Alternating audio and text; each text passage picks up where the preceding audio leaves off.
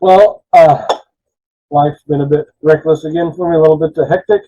So I can't get my regular D&D videos, but I thought we might have a little bit of fun and read some posts on Reddit about Dungeons and Dragons. Most of them will be about 5th edition, but, well, actually probably all of them will be about 5th edition, but let's just see if we can have some light entertainment reading people's comments. And just a minor note, there's a storm outside, and when it's storming outside or my air conditioner is on, it kind of messes with the camera, and you might see little lines appear here, but it's a minor detail. Here we go. I created D&D session bingo for my campaign, and it was a huge hit. Let's take a look. I've gotten back into D&D a few years ago after not playing since about the time 3rd edition was rolling out. After playing for a little while and getting used to 5th edition rules, I offered to DM for my daughter and a group of her friends. They are all college-aged, some of whom are new to D&D, others have had some limited play. We play over Roll20, and that has its challenges with engagement, and it's not always the easiest environment to teach someone about what the other party members are capable of. Now that, I have to say, is very true. I play on Roll20 most of the time for the past 6 years, and there are challenges, especially with new players, but I wouldn't say they're harder challenges, they're just different challenges, and so you have to get used to it. But continuing. This past weekend, I decided to introduce D&D Bingo into our sessions, and it went really well. A standard bingo card has 25 options, so I gave them a free space and came up with about 50 items to randomize and put on their bingo cards, so no two people have the same card. Not all of the things listed are the same, and no one has an action specific to their character. While thinking through the rules of the items to go on the bingo cards, I thought it would be a great opportunity for me to remember to give out inspiration more often and to encourage them to use more of the options available to them in the game. Below are the rules I gave them. So, do not discuss the items on your bingo card. Not everyone has the same bingo squares. Okay, now I don't know about not discussing. Discussing would be actually kind of fun, in my opinion. You cannot score an action you have control over. Okay, so you can't take an action on your bingo card and score it. Exceptions are for die rolls or things that happen to you and you don't control the results. So you can score those items. In other words, you can't take an action that would give you a bingo, that would let you fill in a square on the bingo card. But if the bingo card is someone rolling a 20, then you can, because that's a random thing, not something that you chose to do. I like that rule. That's a good rule. Like regular bingo, you have to get a full row, full column, or diagonal through the center to claim bingo. Standard bingo rules. The first person to claim bingo gets inspiration. That's a pretty good reward. I like it. If someone can claim a double bingo, 2 bingos on the same card, their next ability check or attack roll is automatically a critical success. Well, if we're talking 5th edition, ability checks aren't supposed to have critical successes, but some people do homebrew that, so that's fine. An automatic critical success, it's fairly hard to get 2 bingos. Now, is he saying 2 bingos at the same time, or just 2 bingos over the course of the session? That's something that needs to be clarified. Only the first player to call bingo and have their bingo verified will get inspiration. Yes, very good. A new bingo game, all squares wiped clean, can begin immediately once the first bingo is verified. Events that happened before the bingo game began cannot be scored once a new game begins. Bingo game cards can roll over to continue in the next session. Okay, some of these rules I understand, they're pretty good. This actually doesn't sound like a bad idea. I'd like to see his list of possible items on these bingo cards to verify if I liked his items. But the basic idea is actually pretty good, and it's a pretty fun idea. I don't know how well it would work online, although I could see on Roll20 they let you put up handouts and stuff. So I could see putting this up as a handout. Each person gets a handout. And you have like 5 or 6, well, you have a number of handouts, and then At the beginning of each game, you kind of randomly decide who gets what handout. Now it does say here a new bingo game can begin immediately once the first bingo is verified, meaning that the double bingo he was talking about earlier seems to be requiring at the same time, which is extremely unlikely. So I can understand the automatic critical success. My one thing with this is I would simply put out the bingo card and have it go for the entire session. And whenever you get your first bingo, you get an inspiration. If you get a second bingo, I would give you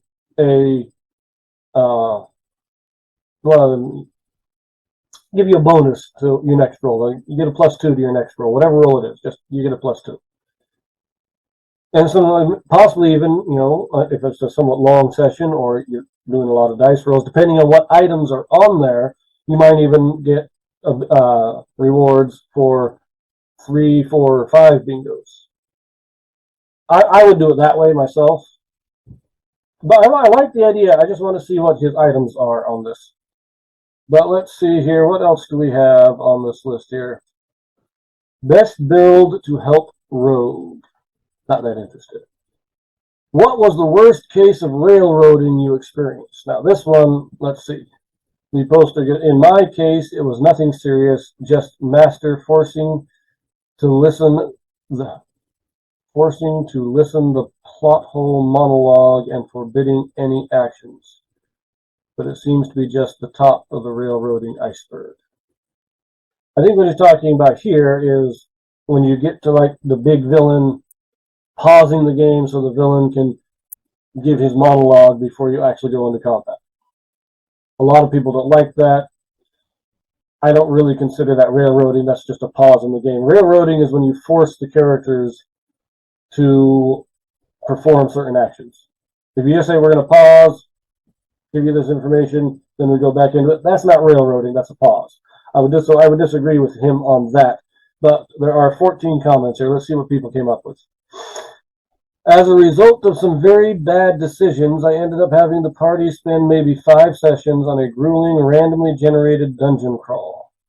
Looking back, I have no idea how that didn't kill the game, because even I was getting tired of it, and despite that, I didn't get them out of there early. Yours reminds me of one of my favorite railroading instances, though. Villains monologuing, party won't stop making quips, so the DM has the villain cast silence on the party so that we can't talk anymore. And also couldn't hear the monologue. Again, I'm not sure I'd consider that railroading. They went into the dungeon. They've got to finish the dungeon. I mean, if you prevented them from leaving, if there was a clear exit they could just backtrack to and leave the dungeon, then that would be railroading. Say, no, you got to stay here and finish it. We're going to seal off the dungeon. And that would be railroading. But if it's just, you make some bad choices, they end up in the dungeon, and they choose to finish it, well, that's their choice. That's not railroading. Now, the silence one, that's a little bit more in line with the original post, and again, not completely railroading. We went left instead of right and got the answer that would end the session. So we decided to go right. That's not railroading either. You made the right choice to make the campaign go faster, and then decided, well, we're not going to do that. We're going to, what's the term again? We're going to retcon that and decide that we went right instead so that the game would go better. But it's their decision. Railroading is, by definition, forcing the characters into actions that are not their choice. So that's not railroading. Oh, wait, we got this. He says, oh, wow, that's brutal. But then we have this clarification. It was really weird because he could just switch what he had prepared, but in that moment, it just didn't connect. In the end, we didn't notice much railroading except that moment. So in other words, the DM decided that they needed to retcon it because he wasn't expecting them to make the choice they did, and he was ill-prepared for it. And he's right. You have the choice. You go left, you get the answer, you go right, you carry on, nice long story until you find the answer another way. Players choose left instead of right. Well, the DM just switches it over and then decides, well, okay. Now, in that way, a lot of players will get mad at that because that would be considered railroading to a certain extent because you're saying, it didn't matter what choice you made. The DM just switched the result so that whatever choice you made was the only one that had the result you wanted. GMs do that all the time. I do it. It's a little trick of GMing to keep the game flowing and keep the drama and the suspense going. It's needed. And players that get mad at it, I think, they're bad players. But it is a type of railroading. I will give them that. When the GM does that, that is a type of railroading, but it's a subtle railroading that unless the GM confesses, players probably aren't going to know. Now, it does also sound like in this particular instance, the GM suggested retconning it and they all agreed to it. So it was railroading, but it was a railroading that the players agreed to. Let's see. Last one, nothing too bad. We just finished up the first act of Descent into Avernus, which was super railroad. No side quests, no options when it comes to what to pursue. It wouldn't have been too bad. But it's this DM's first time DMing more than a one-shot. It isn't sure how to handle us trying something that isn't accounted for in the book. I found that as DMs become better and more confident at improv, they tend to railroad less and less. That is very true. Railroading is a what might be called an amateur mistake. Now, some experienced GMs do railroad. They're just bad GMs. But new GMs, especially if they're running a preset game, a preset module, frequently railroad because they can't think outside of the book, like you said. So, not sure how to handle people trying something that's not written in the book. And I did this myself. I'm an experienced GM. My first game of 5th edition, I tried to run by the book doing the Lost Mines of Phandelver. Didn't work out. Because even my own mind, I felt like I was railroading myself, and it just wasn't a fun game. Not for me. I restarted the game, set it in, I transplanted that module from the Forgotten Realms and Sword Coast into my own world that I created, and things have worked a lot better since then because now I can handle improving things, bringing things in, characters doing things outside of what's written in the book.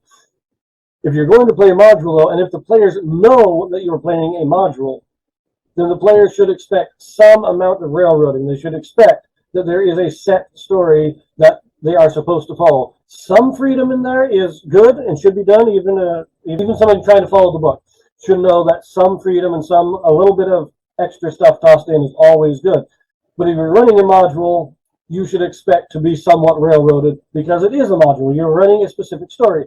But that's why I don't generally run modules. I usually take an adventure, I take the map, I take the quest, I take all that stuff, and I move it into my own homebrew world, and then I don't run the module, I just have it as an area of the world that can be explored, and maybe I'll give them the quest to go do it, and if they take the quest, then it's not railroading, they've got their choices, and we're all good.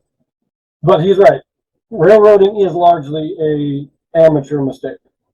Let us go back and see if there's anything else. This is talking about 1 D&D. I am not interested in that right now. The Aasimar. Oh, this year, Aasimar Revised, a response to Pointy Hat's Aasimar Revived. Now, Pointy Hat is a YouTube channel that likes to take monsters, primarily, I think, but aspects of the D&D game, and he says he's going to improve them, make them more interesting. And he does a good job a lot of times. I've watched a number of his videos, but this is just a response to that video. I am not real familiar with the Aasimar, and I've never seen the guy's video on that. So, but if you are interested in those kind of things, you should check out his videos. He does a good job. DM feels good post. Players engaging with preparation-based campaign gimmick.